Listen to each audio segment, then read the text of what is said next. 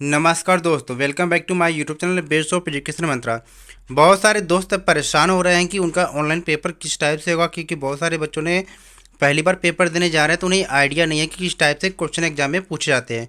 तो ये जो हम आज करवाने वाले हैं, प्रीवियस ईयर का जो पेपर हुआ था, ऑनलाइन पेपर हुआ था दिसंबर में, तो उसका ये पेपर है। तो इसमें हम क्या है, साइकोलॉजी के पेपर हम करने वाले हैं, यानी कि चाइल्ड डेवलपमेंट एंड पेडागोजी के क्वेश्चन देखने वाले हैं। तो वीडियो को लास्ट तक जरूर देखें, जिससे दिए गए सारे क्वेश्चन को सही प्रकार से समझ सके कि ऑनलाइन पेपर किस टाइप से पूछे जाते हैं। यहाँ पर आपको क्वेश्चन के साथ आपको आंसर भी देखेंगे। तो जल्दी जल्दी हम सारे क्वेश्चन को करने वाले हैं, तो चलिए देखते हैं। पहला क्वेश्चन यहाँ पर दे रखा है कि जेंडर रूढ़िवादिता को रोकने के लिए एक अध्यापक द्वारा कक्षा में प्रयोग की जाने वाली कौन सी विधि उचित नहीं है। आपको ध्यान देना कि बताया जा रहा है कि क्लास में कौन सी विधि उचित नहीं है, ठीक है। तो यहाँ पर इसका जो राइट आंसर ऑप्शन हो जाएगा ऑप्शन 4 सही हो जाएगा, यानी कि कक्षा में बालक बालिकाओं को अलग अलग बैठाने की व्यवस्था करना, यानी कि ये जो विधि ये उचित नहीं है, क्योंकि क्लास में क्या है, बालक बालिकाओं को एक साथ बैठा कर ही पढ़ाया जाता है। बाकी के सारे ऑप्शन क्या सही थे। इस हिसाब से अगर देखा जाए, यहाँ पर आपसे पूछा था कौन सा उचित नहीं है, तो ऑप्शन 4 सही हो गया यहाँ पर, ठीक है। चलते हैं सेकेंड क्वेश्चन की तरफ। यहाँ पर सेकेंड क्वेश्चन यहाँ पर दे रखा है कि समीपस्थ विकास के क्षेत्र का संप्रत्यय किसने प्रतिपादित किया है। तो यहाँ पर हम सारे ऑप्शन ना पढ़ के केवल क्वेश्चन और उसके आंसर पढ़ेंगे, आप ऑप्शन देखते चले जाइएगा, ठीक है। तो समीपस्थ विकास के क्षेत्र का संप्रत्यय किसने प्रतिपादित किया, तो इसका आंसर यहाँ पर दे रखा है कि लेव वाइगोत्स्की, ठीक है। चलिए चलते हैं अगले क्वेश्चन की तरफ। तो यहाँ पर क्वेश्चन नंबर 3 आपको दे रखा है कि मीना अब शब्दों का प्रयोग करने लगी है तथा यह समझने लगी है कि शब्द वस्तुओं के प्रतीक है। अब तर्क करने लगी है, परंतु प्रत्ययों का संरक्षण और क्रमबद्धता नहीं कर पाती। तो मीना पियाजे के संज्ञानात्मक विकास की किस अवस्था पर है, ये आपको बताना है, ठीक है। तो इसका जो राइट आंसर हो जाएगा ऑप्शन 2 सही हो जाएगा, यानी कि पूर्व संक्रियात्मक। चलिए चलते क्वेश्चन नंबर नेक्स्ट की तरफ। निम्न में से कौन सा समावेश का नियम है, ठीक है। तो इन चारों ऑप्शन में से आपको बताना है कि कौन सा समावेश का नियम है। तो ऑप्शन ए करेक्ट हो जाएगा, यानी कि व्यक्तिगत भिन्नताओं को स्वीकार करना। चलिए क्वेश्चन नंबर 5 की तरफ चलते हैं कि उस उदाहरण को चुनिए जो आंतरिक प्रेरणा को दर्शाता है, ठीक है। तो क्वेश्चन नंबर जो 5 है, इसका जो राइट आंसर हो जाएगा ऑप्शन 3। क्या हो जाएगा यहाँ पर कि अपनी परियोजना कार्य के लिए रवि विभिन्न स्रोत तलाश कर रहा है, क्योंकि नई जानकारी लेने में रुचि रखता है, ठीक है। चलिए क्वेश्चन नंबर 6 को देखते हैं। एक प्राथमिक कक्षा में शिक्षक को छात्रों को प्रश्न पूछने, ठीक है, यानी एक प्राथमिक कक्षा में शिक्षक को छात्रों को प्रश्न पूछने, तो मतलब प्रश्न पूछने के लिए टीचर को क्या करना चाहिए। तो ऑप्शन यहाँ पर दे रखा है ऑप्शन बी, यानी के लिए प्रोत्साहित करना चाहिए, ठीक है। यानी एक टीचर क्या है, क्लास में बच्चों से प्रश्न पूछने के लिए उसे क्या है, प्रोत्साहित करना चाहिए, ठीक है। तो इस टाइप के क्वेश्चन पिछली बार पूछा गया था, तो आप देख रहे हैं किस टाइप के क्वेश्चन पूछता है। जब सही प्रकार के क्वेश्चन की प्रैक्टिस आप कर लेते हैं तो एग्जाम में आपको कॉन्फिडेंस बढ़ता है, ठीक है। चलिए क्वेश्चन नंबर 7 की तो चलते हैं कि पारो अपने पिता की बढ़ई की दुकान में उनकी सहायता करती है, जहां पर वह लकड़ी के ब्लॉक यानी टुकड़ों को अपने पिता द्वारा सिखाई गई विधि से सफलतापूर्वक मापती है। उसे हाल ही में EWS स्कीम के अंतर्गत एक पब्लिक विद्यालय में प्रवेश मिला है, जहां पर वह शैक्षिक अपेक्षाओं खासकर गणित की का सामना करने में असमर्थ है। इस स्थिति में अध्यापक को क्या करना चाहिए। तो यहाँ पर ऑप्शन जो है 4 सही है यहाँ पर कि पाठ्यक्रम और अध्ययन सामग्री को पारो के लिए प्रासंगिक बनाना चाहिए और पारो द्वारा विद्यालय के बाहर सीखे गए गणितीय अनुभवों का समावेश करना चाहिए। देखिए साइको में क्या होता है कि जितने जितना आप प्रैक्टिस करते हैं ना, उतने आपके लिए एग्जाम में फ़ायदेमंद होता है, ठीक है। क्वेश्चन 8 कर रहा है कि एक विशेष विषय में ज्ञान और संबंधों को सुव्यवस्थित तथा निरूपित करने के लिए आलेखनी साधनों का प्रयोग क्या कहलाता है, ठीक है। तो ऑप्शन 3 यहाँ पर करेक्ट हो जाएगा, संकल्पना मानचित्र कहलाता है, ठीक है। बहुत अच्छा। चलिए वीडियो को सभी लोग लाइक ज़रूर कर दें।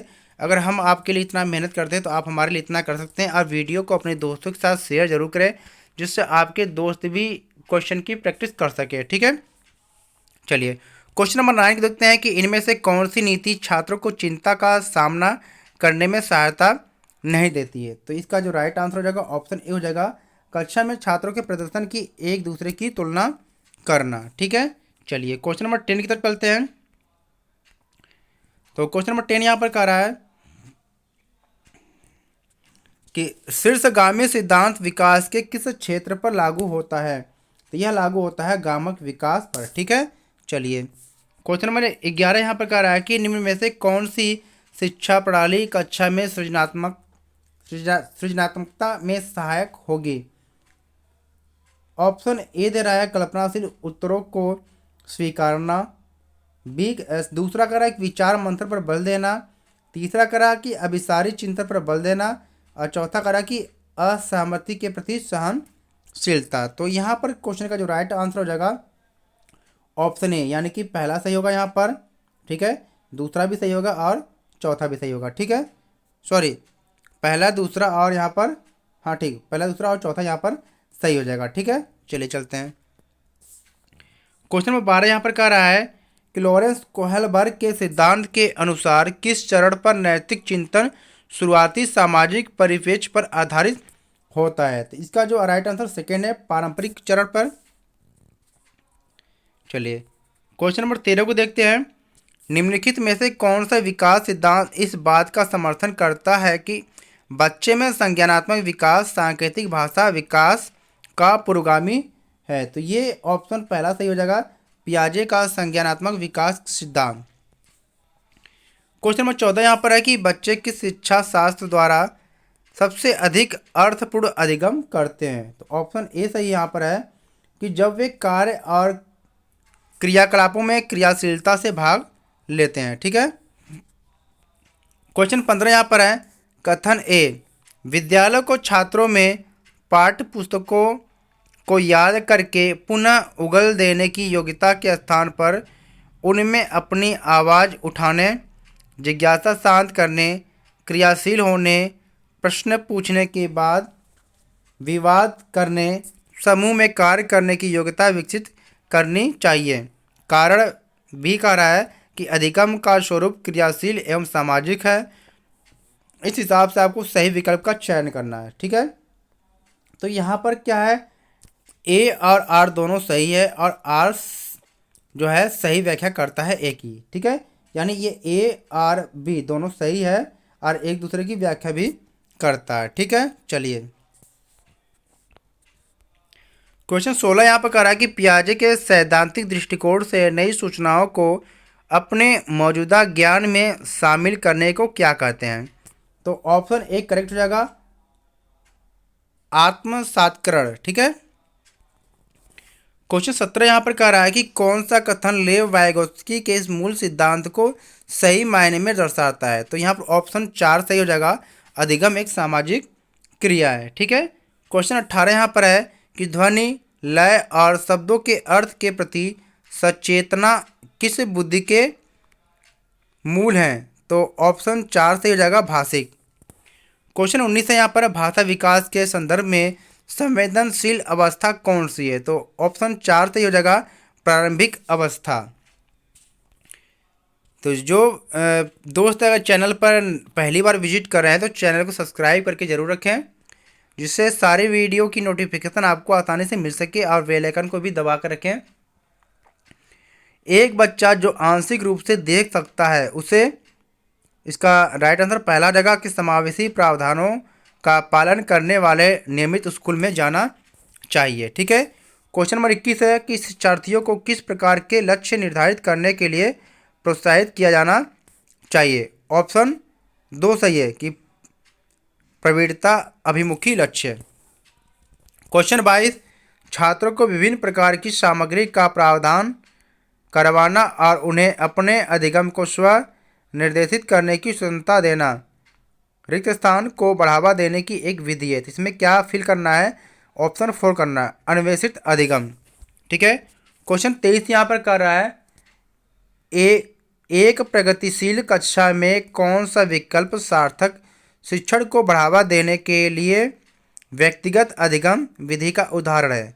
ठीक है, ऑप्शन 3 सही हो जाएगा, केवल अधिगम का मूल्यांकन के स्थान पर अधिगम के लिए मूल्यांकन पर बल देना। क्वेश्चन 24 यहाँ पर है कि राष्ट्रीय शिक्षा नीति 2020 किस पर बल देती है? समप्रत्ययी समझ पर। ठीक है, ऑप्शन फर्स्ट सही हो जाएगा। क्वेश्चन 25 यहाँ पर है, एक सामाजिक संरचनात्मक कक्षा में कौन सी आंकलन विधि अधिक उपयुक्त रहेगी? ठीक है, तो ऑप्शन ए से करेक्ट हो जाएगा, सहयोगी प्रायोजित कार्य। ठीक है। क्वेश्चन 26 क्या कर रहा है, सतत एवं व्यापक मूल्यांकन में सतत से क्या अभिप्राय है? तो इसका तात्पर्य है ऑप्शन 2 सही है, अध्यापन के दौरान विभिन्न उपकरणों का प्रयोग करते हुए छात्रों का साथ साथ मूल्यांकन करना एवं उनकी सहायता करना। क्वेश्चन नंबर 27 यहाँ पर कह रहा है, इनमें से कौन सा विकास का सिद्धांत नहीं है? ध्यान देना, आपको कौन सा विकास का सिद्धांत नहीं पूछा है। ऑप्शन थर्ड यहाँ पर सही है कि विकास एक धारणीय और एका आयामी होता है। क्वेश्चन 28 यहाँ पर कह रहा है, एक स्वैर चिंतन यानी आत्मविमोह वाले छात्र जो आयोजित सत्र की सामूहिक क्रियाकलापों को करने में कठिनाई का सामना कर रहा है की सहायता करने के लिए निम्नलिखित में से कौन सी विधि समावेशी दृष्टिकोण के अनुरूप नहीं है? तो ऑप्शन 4 करेक्ट हो जाएगा, बच्चे को विशिष्ट स्कूल में भेजना। क्वेश्चन 29 यहाँ पर है कि रचिता एक गणित अध्यापिका अपने छात्रों की भाषा कथन वाले प्रश्नों में सही प्रक्रिया पहचानने में त्रुटियों का विश्लेषण कर रही है, इसके पीछे उसका क्या उद्देश्य है? तो ऑप्शन 4 सही हो जाएगा, उसका उद्देश्य यह है कि त्रुटियों को समझना, क्योंकि वे छात्रों के चिंतन को समझने में मदद करते हैं। क्वेश्चन 30 यहाँ पर है कि परिवार में आरंभ होने वाली वह प्रक्रिया जिसमें बच्चे अपनी व्यक्तिगत पहचान जानना शुरू करते हैं, भाषा सीखते हैं और आरंभिक संज्ञानात्मक कौशल विकसित करते हैं, क्या कहलाती है? तो ये कहलाती है, ऑप्शन थर्ड सही है कि प्रारंभिक सामाजिकरण। तो प्यारे दोस्तों, इस वीडियो में हमने साइको के 30 क्वेश्चन को कंप्लीट किया है जो ऑनलाइन पेपर हुआ था पिछले साल। अब नेक्स्ट वीडियो में हम हिंदी की और इन्वायरमेंट के सारे क्वेश्चन लेकर आएंगे, तो वीडियो को सब्सक्राइब करके जरूर रखें, जिससे आप ये देख सकें कि किस टाइप के एग्जाम में क्वेश्चन पूछे जाते हैं ऑनलाइन पेपर में। तो चलिए फिर मिलते हैं एक नई वीडियो के साथ, तब तक नमस्कार बच्चों।